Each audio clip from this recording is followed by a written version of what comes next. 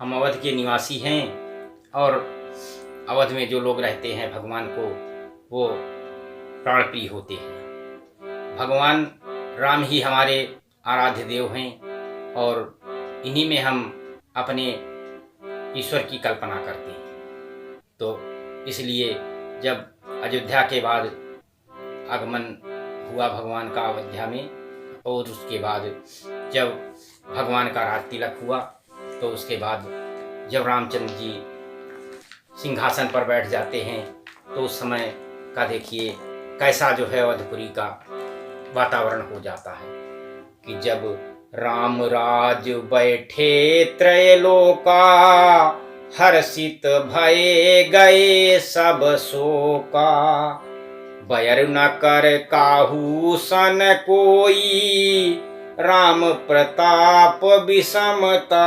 खोई। रामचंद्र जी के राज्य पर प्रतिष्ठित हो जाने पर तीनों लोग हर्षित हो गए और सभी के सारे सुख और शोक और दुख दोष सब जाते रहे। किसी प्रकार का एक दूसरे से कोई बैर नहीं होता था और श्री रामचंद्र जी के प्रताप से सबकी विषमता खत्म हो गई थी।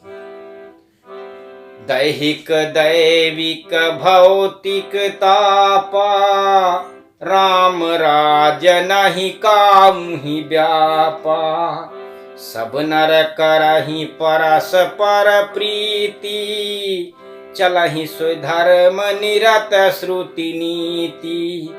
राम राज्य में किसी प्रकार का दैहिक दैविक और भौतिक किसी प्रकार का कोई पीड़ा और संताप नहीं व्याप्त होता था। सब मनुष्य परस्पर एक दूसरे से प्रेम करते थे और सब वेदों में बताई हुई नीति के अनुसार चलते थे। आज हम दुखी क्यों हैं? क्योंकि लोग वेदों की जो कही गई बातें हैं उनका अनुसरण नहीं करते और इसी कारण से लोग बड़ी बड़ी बीमारियों और अनेक प्रकार के दुखों से ग्रसित रहते हैं। चार्यु चरण धर्म जग माही पूर रहा सपन हुआ घनाही राम भगत रत नर अरु नारी सकल परम गति के अधिकारी। धर्म अपने चारों चरणों सत्य दया और दान शौच से जगत में परिपूर्ण हो रहा है और स्वप्न भी कहीं कोई पाप नहीं हो रहा है। इस प्रकार से रहिए और आप किसी प्रकार का मन में पाप न लाइए, किसी प्रकार का किसी दूसरे को पीड़ा न दीजिए और सब एक दूसरे से मिल करके रहिए। किसी प्रकार एक दूसरे से दोष न रखिए, किसी प्रकार का वैरभाव न रखिए। तो यहीं पर राम राज्य है और इसी राम राज्य की कल्पना होनी चाहिए। लेकिन ये एक दूसरे में प्रेम और एक दूसरे के सोच के ऊपर ही निर्भर करेगा। अल्प मृत्यु नहीं कौनिव पीरा सब सुंदर सब निरुज शरीरा नहीं दरिद्र कोई दुखी न दीना नहीं कोई अबुद्धि न लक्षण हीना। छोटी अवस्था में किसी की मृत्यु नहीं होती थी और ना किसी को किसी प्रकार की पीड़ा होती थी, ना कोई संताप होता था। सभी के शरीर सुंदर और निरोग थे। कोई गरीब और दरिद्र नहीं होता था और कोई किसी प्रकार से दुखी और दीन नहीं होता था। ना कोई मूर्ख था, ना कोई लक्षणों से हीन था। सभी प्रकार के लक्षण भगवान के राम के प्रजा में विद्यमान थे और वो भगवान की भी वही प्रजा है जो कि भगवान उस समय रखे थे। लेकिन लोग तमाम तरह के दुराचार और उल्टे सीधे कार्य करने लगे हैं जिससे लोग दुख और दरिद्र को पीड़ित होते हैं और वो को अपने कर्म को ही भोगते हैं। क्योंकि कर्म प्रधान विश्व चिराखा जो जस करहि सो तस फल चाखा। अगर आप पूजा पाठ करेंगे, अगर आप लोगों की भलाई करेंगे, अगर आप लोगों से प्रेम रखेंगे तो आपको अच्छा कार्य मिलेगा और आपको अच्छा व्यवहार मिलेगा। और अगर आप एक दूसरे से दुश्मनी रखेंगे, एक दूसरे से मारपीट करेंगे, एक दूसरे से गाली गलौज करेंगे तो आपको गाली गलौज और मारपीट मिलेगी। तो ये इस प्रकार से जो है मनुष्य के जीवन की चर्या है। अगर जैसा आप अपने को बनना चाहें वैसा आप बन सकते हैं।